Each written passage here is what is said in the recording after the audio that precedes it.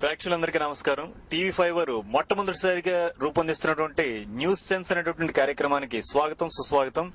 ధరల పెరుగుదలకు గానీ, ఈ రోజు సెన్సెక్స్ లాంటి షేర్ మార్కెట్ పడిపోవడానికి గానీ కారణం ఆవిడ చిన్న చూపైనటువంటి ఆరోపణలు ఆవిడ మీద ఉన్నాయి. సో వీటన్నిటికీ సమాధానం ఆవిడని అడిగి తెలుసుకుందాం. మరికొద్ది సేపట్లో ఆవిడ మన ముందుకు రాబోతున్నారు.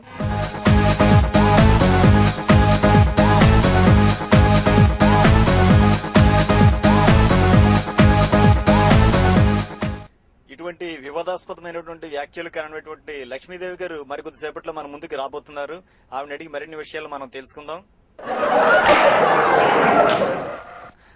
సారీ మేడం, ఇప్పుడు మన అసలు విషయానికి వచ్చేద్దాం. లక్ష్మీదేవి గారు మన ముందున్నారు. మేడం లక్ష్మీదేవి గారు, ఇప్పుడు సమాజంలో ఉన్నటువంటి అసమానతలకు గానీ, ఈ ధరల పెరుగుదలకు గానీ అంతవరకు ఎందుకు, ఇప్పుడు దీపావళి పండుగ రాబోతుంది. ఈ దీపావళి సామాన్లు కూడా చాలా అధిక ధరలకు అమ్ముడుపోతున్నాయని చెప్పేసి అన్నారు. వీటన్నిటికీ ప్రధానమైనటువంటి కారణం మీరైనటువంటి ఆరోపణ మీ మీద ఉంది. దీనిపై మీ కామెంట్ ఏంటి? కామెంటా? How silly it is. దీన్ని నేను పూర్తిగా ఖండిస్తున్నాను. ధరలు పెరుగుతున్నా జనం కొంటున్నారంటే ధనం బాగా ఉన్నట్టే కదా, అంటే నా అనుగ్రహం వాళ్ళందరి మీద ఉన్నట్టే కదా, మరి ఇంకేంటి? అంటే మేడం గారు, ఈ సమాజంలో ఉన్న భేద ధనిక తేడాలకు కూడా ప్రధానమైనటువంటి కారణం మీ అనుగ్రహ లోపం అని చెప్పేసి చాలా మంది అపోహపడుతూ ఉంటారు. దానికి మీ సమాధానం ఏంటి? ధనం అంటే కేవలం డబ్బే కాదయ్యా. అష్టలక్ష్మి సంగతి ఏమో నాకు తెలియదు, కానీ అష్టదరిద్రాల్లో అధిక ధనం కూడా ఒకటి. ఏంటి అర్థం కాలేదా? ఐ మీన్ పేదవాడి ప్రధాన సమస్య ఏంటి? తినడానికి తిండి ఉండదు, పడుకోవడానికి చోటు ఉండదు, జీవితాంతం ఎవరో ఒకటి దయతో బతకాల్సిందే. డబ్బున్న జీవితంలో మాత్రం ఏముంది? ఎక్కడ దాచుకోవాలో తెలియని టెన్షన్ లో సరిగ్గా తెల్లాడు, సరిగ్గా పడుకోలేడు, ఫలితం జబ్బులు. వీడు కూడా జీవితాంతం ఎవరో ఒకటి దయ మీద ఆధారపడాల్సిందే కదా. రెండింటికి పెద్ద తేడా ఏంటో. ఓకే మేడం గారు, ఇప్పటివరకు ఉన్నటువంటి ప్రధాన సమస్యలు పక్కన పెడితే మీ పర్సనల్ విషయానికి వద్దాం. ప్రతి మగాడి విజయం వెనకాల ఒక స్త్రీ ఉందంటారు. మరి మీ శ్రీవారి విజయంలో మీ పాత్ర ఏంటి? అసలు నా పాత్ర గురించే కదా ఆయనకి ఈ విజయాలన్నీ వచ్చాయి. ఏ పురాణంలో చూసినా ఆయన నా కోసం వెతుక్కున్నాడు తప్ప నేను ఆయన కోసం వెతుక్కోవడం ఎక్కడైనా ఉందా? మేడం గారు, మరి ఎప్పుడు చూసినా మీరు మీ శ్రీవారికి పాదసేవ చేస్తూ కనబడుతుంటారు. మరి దీనికి కారణం ఏంటి?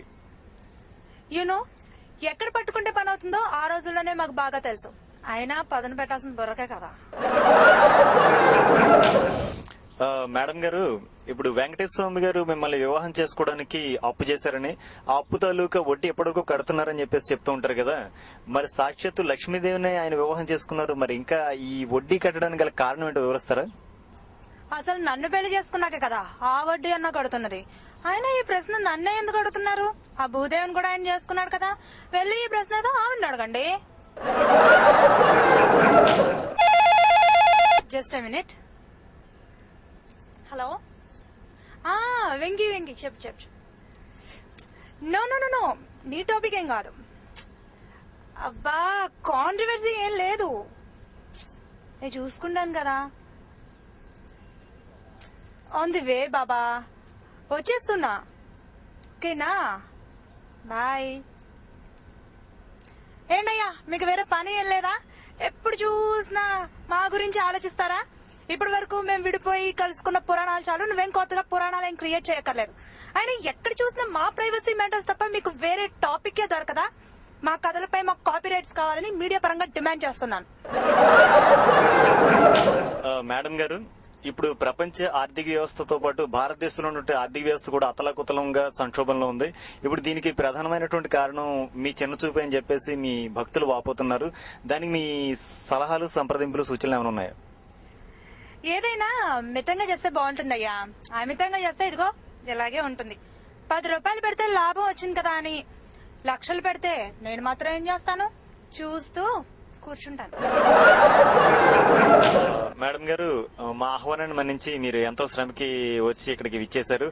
సో మా ప్రేక్షకులకు దీపావళి సందర్భంగా మీరు ఇచ్చే సందేశం ఏమైనా ఉందా? అందరూ హ్యాపీగా పండుగ చేసుకోండి.